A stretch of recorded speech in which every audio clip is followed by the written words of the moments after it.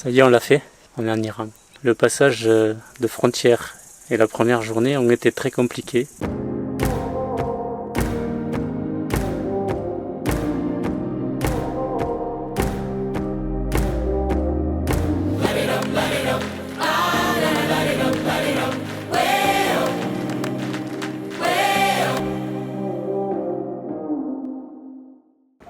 C'est l'histoire de deux jeunes Français qui souhaitent passer la frontière Turquie-Iran. Quelques jours avant ce passage de frontière, on est dans les montagnes, dans des endroits plutôt sympas à regarder. On croise pas mal de militaires avec leurs tanks.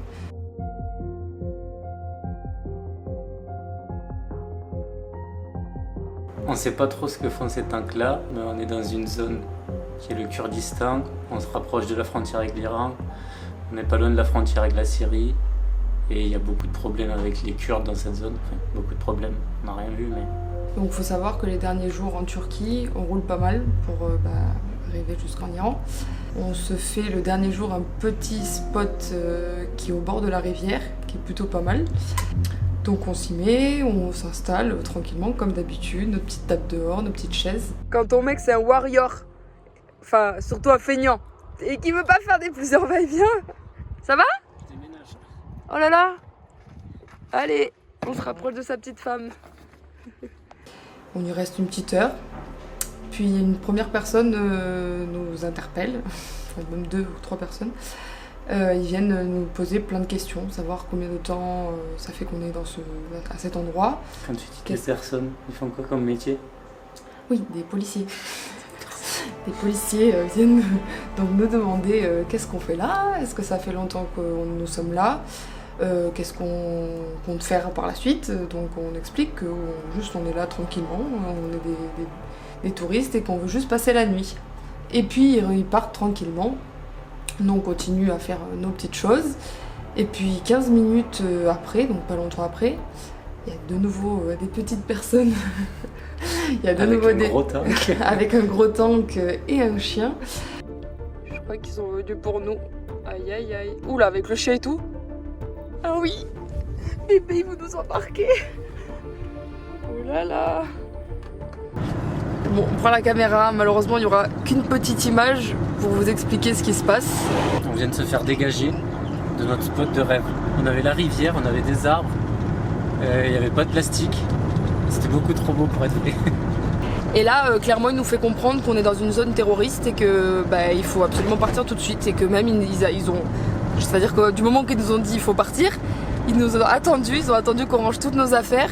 Presque limite ils nous escortent quoi. Donc il nous a bien expliqué qu'il fallait encore rouler un petit moment pour sortir de cette zone et que voilà on pouvait pas rester ici quoi clairement. Donc on comprend pas pourquoi les premiers nous ont pas dit réellement de partir. Il est 19h30, on reprend la route alors qu'on était posé et puis on va aller quand même quelques kilomètres plus loin.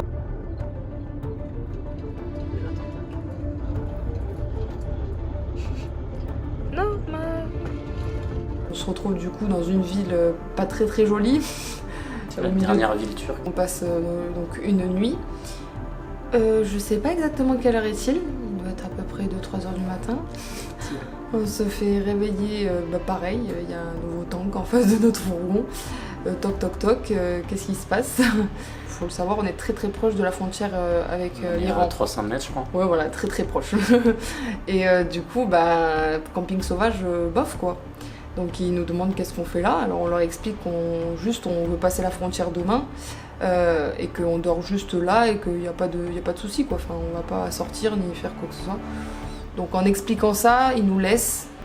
Réveil 7h, après cette nuit entrecoupée, on se présente à la frontière qui est juste à côté comme on l'a dit. Grand jour exige, tenue obligatoire. Petit chignon pour pas qu'on voit trop mes cheveux. Bon, je sais pas le mettre pour les premiers jours, je pense qu'il va être indulgent, mais... Ah oui, on vous a pas dit. On est à 500 mètres de l'Iran. On y go là. Et petit voile, ça va être très simple. Hop.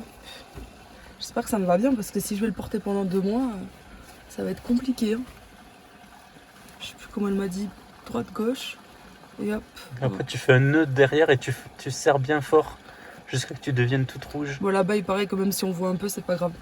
Et première bonne nouvelle, la frontière n'ouvre qu'à 8h30. Donc on arrive déjà, c'est pas du tout l'heure, donc on attend plus d'1 heure. Il y a d'ailleurs une sacrée queue de camions. Qu'on double parce qu'on sait pas. Bah oui, on comprend pas, on se dit On pourquoi. double les camions et les voitures. On Pourquoi comprend pas pourquoi ils attendent. Pourquoi ils sont tous à l'arrêt, donc voilà. Est-ce que c'est normal qu'on attende qu'une frontière s'ouvre? Nous, on a gratté tout le monde, il y avait une queue, on s'est dit pourquoi les gens ils avancent pas, enfin, ou pourquoi ils sont à l'arrêt. Et on arrive devant la porte et fait ah non, mais c'est pas encore l'heure. Et là, il y a tout le monde derrière nous, nous on est resté devant, tant pis, il y a quelqu'un qui nous attend, priorité à ceux qui. Et puis bon, à un moment ça s'ouvre, plusieurs personnes viennent à nous en nous demandant pas mal de papiers, passeport, papier du véhicule. Pour nous, ça va. Mais quand on présente le carnet de passage en douane, c'est le document pour faire passer le véhicule d'un pays à l'autre, sur son logiciel, il y a un petit truc qui clignote et ça lui va pas. Donc je lui demande est-ce qu'il y a un problème, elle me dit clairement oui. Là il y a un gros problème, elle me dit bien. Et là elle me dit combien de temps vous êtes resté en Turquie? Alors je lui dis 3 mois. Mais le véhicule, ça fait plus de 3 mois, madame. Ah oui, le véhicule, ça fait 7 mois, oui. On est parti en Repdom entre-temps, 4 mois. Et là, elle me dit, aïe. Et oui, non, ça va pas être possible, là. En fait, c'est comme vous, c'est que 3 mois. Et nous, on pensait clairement que c'était 1 an, quoi. Tranquille. Vraiment, c'est très très mal organisé, ça commence très très mal. Ils nous font venir dans des bureaux maintenant. Mais enfin, je comprends rien. Bon. On est en train de faire le carnet de passage en douane, là. Et ils ont sorti les fichiers et nous, du coup, on était censé sortir en mars, on est rentré en décembre. On lui a expliqué qu'on avait fait un aller-retour. Donc nous, c'est bon, mais apparemment, la voiture, c'était 3 mois aussi. Nous, on comprend pas tout, donc il va appeler quelqu'un d'autre. Ça se passe pas comme on veut. Bloqué, on a dépassé 125 jours par rapport au fourgon et on va devoir les payer. On sait pas encore, on attend la réponse, on le attend de verdict. voir à combien va nous coûter la journée. Ça commence mal, hein. On n'est pas en Iran encore. On a 2h30 de retard là, et il y a le mec qui nous attend de l'autre côté de la frontière. Du coup, on monte à l'étage de la frontière. Ils disent vous pouvez vous asseoir, il y en a pour un petit moment. On passe de bureau en bureau plusieurs fois, on ne comprend pas trop. Et on finit par s'installer à la cafette et on reste là la matinée en attendant. T'entends quoi? Donc, ils essayent de nous expliquer combien on doit payer, mais il n'y a toujours pas le montant. Là, je viens de descendre avec le mec. Il a pris des photos du fourgon dehors, dedans, il a pris le kilométrage. J'imagine que c'est pour évaluer la valeur et je sais pas. Et il est reparti s'enfermer dans le bureau et on attend. On attend. On attend. On fait quoi? On attend.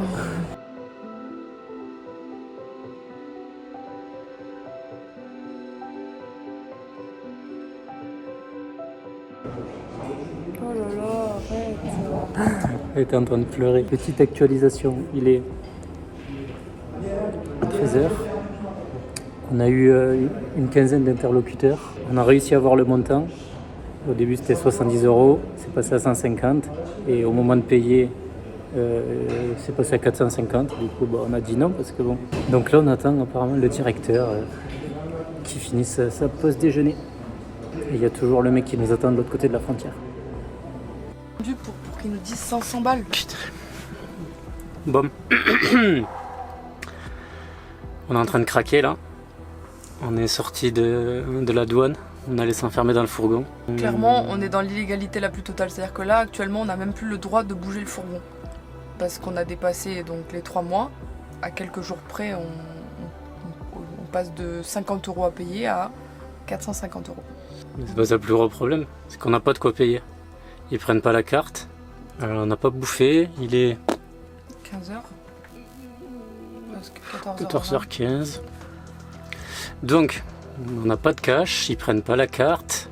Enfin, on a du cash, mais un petit peu. Le problème, c'est qu'on en a besoin pour aller en Iran, parce qu'en Iran... La carte, elle passe pas. Ouais, on peut pas retirer, on peut pas payer avec la carte. Donc ça fait 2 heures qu'on cherche des solutions. Donc là, ils ont regardé pour qu'on fasse un virement.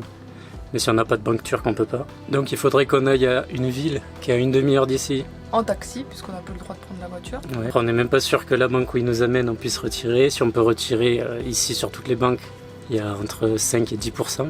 On a juste envie de dormir dans le fourgon. Je crois qu'on va dormir à la douane. D'ailleurs, on s'est mis par terre, tellement on est au bout de la nuit.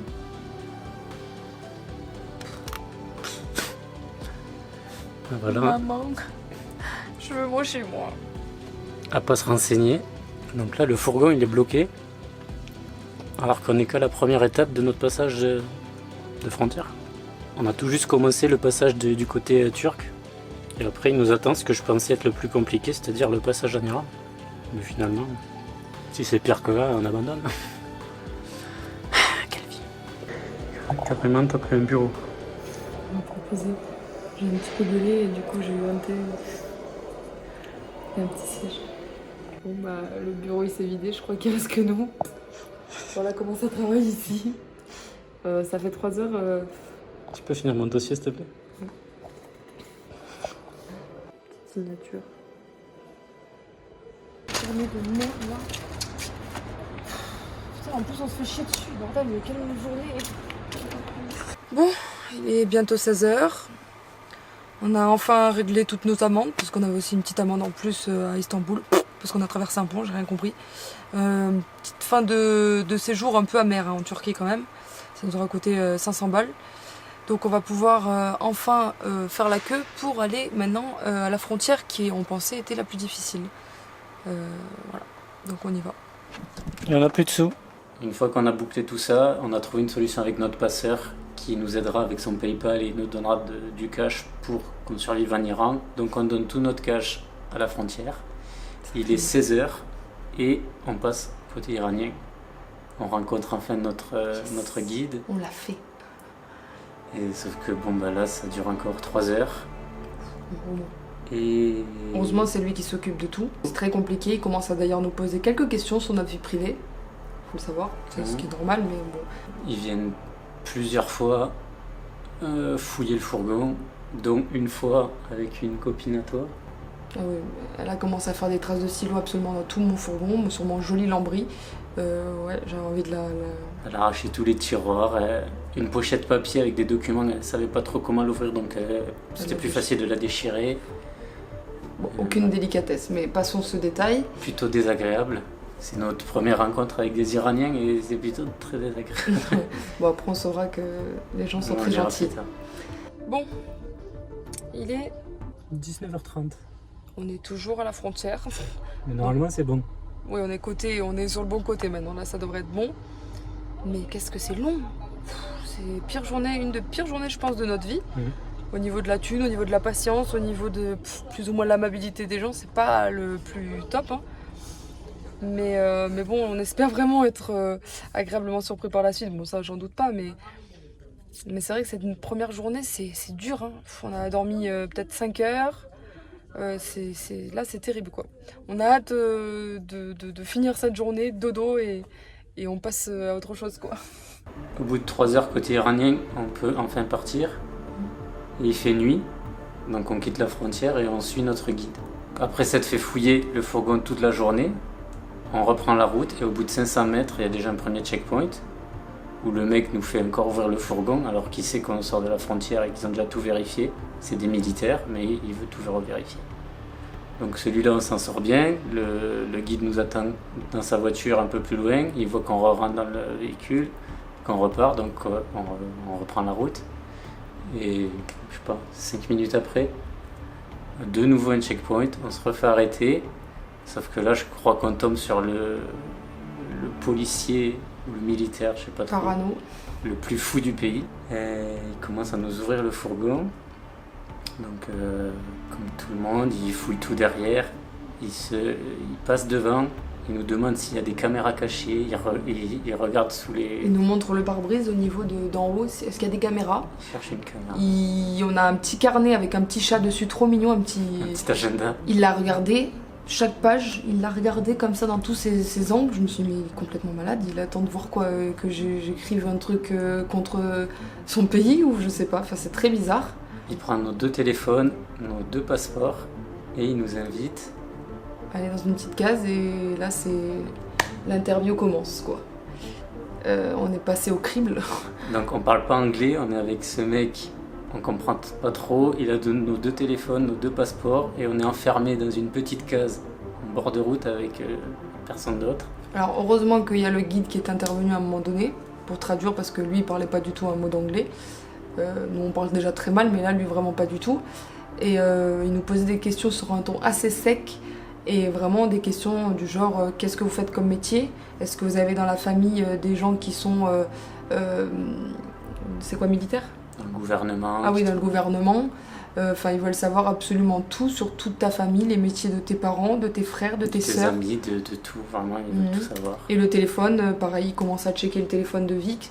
Sauf que là-bas, faut savoir que tout le monde utilise des VPN parce que plein de choses sont bloquées. Donc on s'est dit, on savait pas trop si c'était craignos ou pas, mais nous on avait on s'était abonné à un VPN.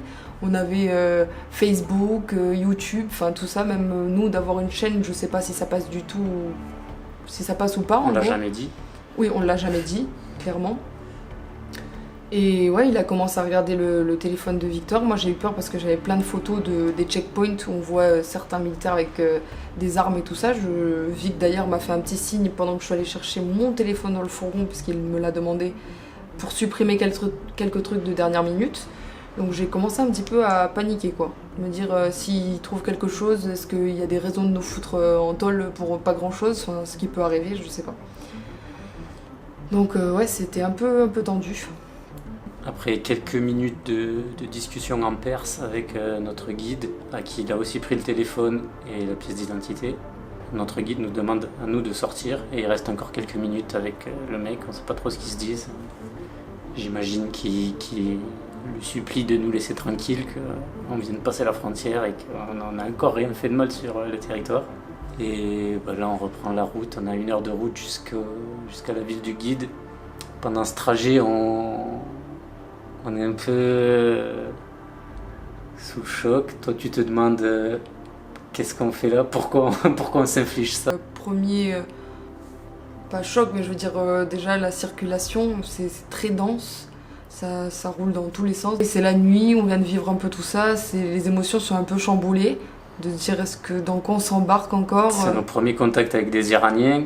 À la frontière, ils sont très désagréables. Après, on prend 2 contrôles de police où on se dit est-ce que je vais finir en prison pour rien.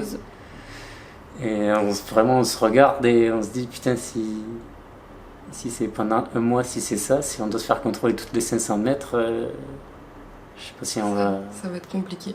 On prend 3 sandwichs et on va se poser chez lui. Et du coup, là, on a plein de questions à lui poser.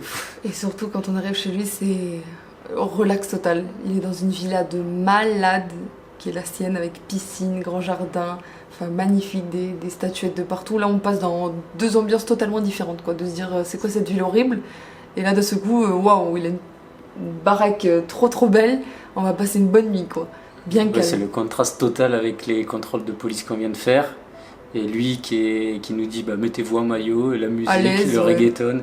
Et en fait c'est ce qu'on va comprendre plus tard, c'est que les Iraniens ont 2 vies. Il y a la vie à l'extérieur où c'est super carré, c'est super strict. Et après, leur vie chez eux, où normalement la police n'a pas le droit d'intervenir. Et où il y a un black market, où il y a de l'alcool, où il y a de la drogue, où ils font de la fête. Où les femmes elles sont presque à poil, enfin je veux dire normalement quoi, genre, elles sont en maillot, alors que dehors elles sont obligées de porter le voile. Avant de se coucher, on veut quand même lui poser la question si ce qu'on vient de vivre c'est normal. Et si une fois qu'on sera plus avec lui, ça va encore nous arriver. Et pour nous rassurer, il nous dit oui, ça risque de vous arriver. Je lui demande quand même, est-ce que c'est censé être normal de fouiller les téléphones? Et ils ont dit ils ont absolument le droit de regarder tout. C'est-à-dire moi, si je suis nue dans une photo, ou même sachant qu'on est censé porter le voile, les femmes dehors, ils sont pas censés voir nos cheveux et que moi j'ai toutes mes photos d'avant sans voile, est-ce que c'est normal? Il dit oui, ils ont le droit absolument de tout voir. Nickel. Il nous raconte une petite histoire. Qui s'est passée 10 jours avant. Ouais. Donc il y a 10 jours, il a fait passer des touristes de Nouvelle-Zélande en 4x4, comme nous. Et depuis 3-4 jours, il n'a plus de nouvelles. Sauf qu'il a l'ambassade de Nouvelle-Zélande qui l'appelle tous les jours pour essayer d'avoir des infos. Donc lui, il ne sait pas trop.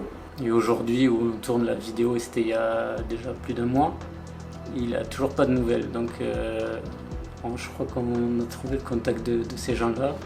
Il n'y a plus rien sur leur Insta, ils ne publient plus rien. Et il n'y a pas trop d'informations, donc on ne sait pas trop ce qu'ils ont fait.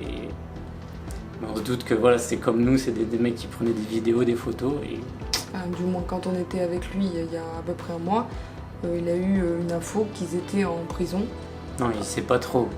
Il se doute que c'est la prison, mais il sait pas trop. Il a juste eu des contacts avec le consulat ou l'ambassade de Nouvelle-Zélande qui lui demandait de récupérer la voiture de ces gens-là pour la ramener en Turquie si jamais il pouvait la récupérer un jour.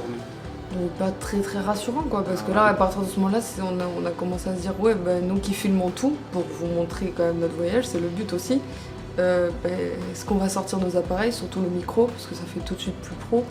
Donc les premiers jours, franchement, vous verrez, on est très hésitant à sortir la caméra quoi. Clairement, on veut pas prendre de risque pour une vidéo d'aller en tôle quoi, c'est hors de question. Il nous conseille de surtout pas faire du camping sauvage entre Téhéran et Isfahan, parce que c'est des zones militaires où ils travaillent sur tout ce qui est bombe nucléaire et tout ça, donc vu qu'ils veulent la bombe nucléaire, apparemment c'est vachement tendu. Et cerise sur le gâteau, il nous dit que pour mettre du diesel, on va galérer, parce qu'on n'a pas le droit. Ouais, parce que comme c'est tellement peu cher qu'il peut y avoir des trafics et qu'en gros ceux qui utilisent le diesel, donc il n'y a quasiment pas de voitures qui l'utilisent, c'est surtout les camions, et que les camions ont des cartes pour respecter certains quotas pour les pleins. Et donc pendant tout le voyage, on va devoir demander à ces personnes-là, en leur suppliant de nous donner du diesel, parce que sinon ça va être compliqué pour rouler. Aujourd'hui, qu'est-ce qu'on fait ? Aujourd'hui, on va vider le fourgon et changer plein de choses, c'est-à-dire les habits, puisqu'ici on s'habille plus de la même façon, on va mettre les habits. Moi j'avais d'été. plus de pantalon, donc il faut que j'aille en récupérer derrière. On va sortir derrière. les habits d'hiver et puis cacher nos 2 drones au fond pour bien montrer qu'on ne les utilisera pas dans ce pays ni au Pakistan. Voilà, ça c'est clair. Oui, parce qu'on a 2 drones, un qu'on n'a jamais utilisé du coup, et l'autre qui est complètement cassé. Donc on va les foutre tout au fond. Sans dire qu'on les cache. Et un petit peu organisé, puisque les contrôles, j'ai l'impression que c'est plutôt régulier, et à chaque fois ils foutent absolument tout le fourgon et ils regardent un peu bizarrement les appareils, donc on va bien mettre en évidence les appareils qui seront, par exemple les appareils photo, ils nous diront rien, donc juste pour montrer bien tout en même temps, qu'il n'y ait pas à chaque fois montrer et ça et ça et ça. Donc on va tout trier, donc tout sortir du fourgon et tout re-rentrer et ranger.